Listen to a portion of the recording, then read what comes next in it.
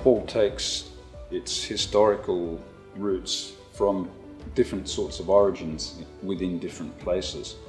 And particularly in smaller sorts of towns, there's a tendency for particular sorts of histories to develop in a way that can remain quite traditional and be expressed quite strongly in a way that might not be similar in bigger towns.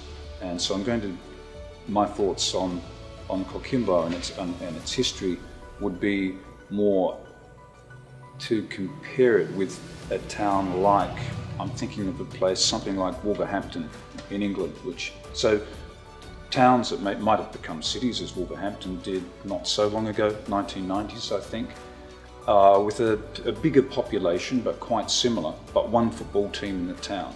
So you have other teams within England, for example, like Manchester United, Manchester City, Liverpool, Everton, in these big northern cities, London of course, the biggest city of all, with several teams, and with great passions for their teams, but nevertheless the cities are split between different people. So these smaller cities have a different type of expression because they only have one team representing that town, and it's something quite unique. The football match, yeah, it's perfectly understandable. It was called Showing the Flag, and wherever the Royal Navy went, they did various things. They had open day on their ships, so they allowed the local people to come on board the ships and enjoy hospitality on the ships. B, they played sport against the people. So they played rugby, they played soccer, they played cricket, but above all, football, soccer. And so I can quite believe that they came ashore in Coquimbo and they played soccer against the local team. Nothing unusual about that at all. And they lost. There's nothing unusual about that as far as British football teams are concerned either, is there? So it was showing the flag, and it was part and parcel of saying, look, the British Empire isn't that bad after all. It's a good thing. But I think it's really interesting that a ship, a Royal Navy ship, should go to the trouble of not only visiting, obviously it was on duty, but arranging this game of football with the local people.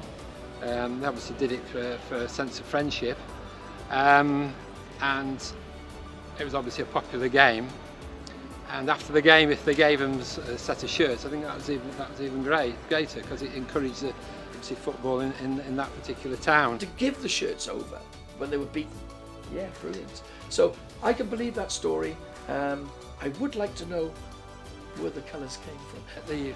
It's also, I think, very exciting that they're still using the same colours that were given. The shirts that were given, the red and the yellow and the black shirts, for the team today. So I think there's a great historical context to that story.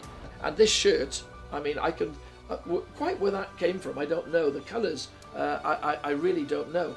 But I think it's amazing that the team has actually kept those colours ever since that time.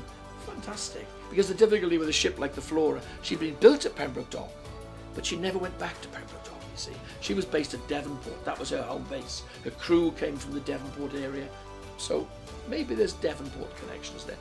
Unfortunately, not any Welsh connections.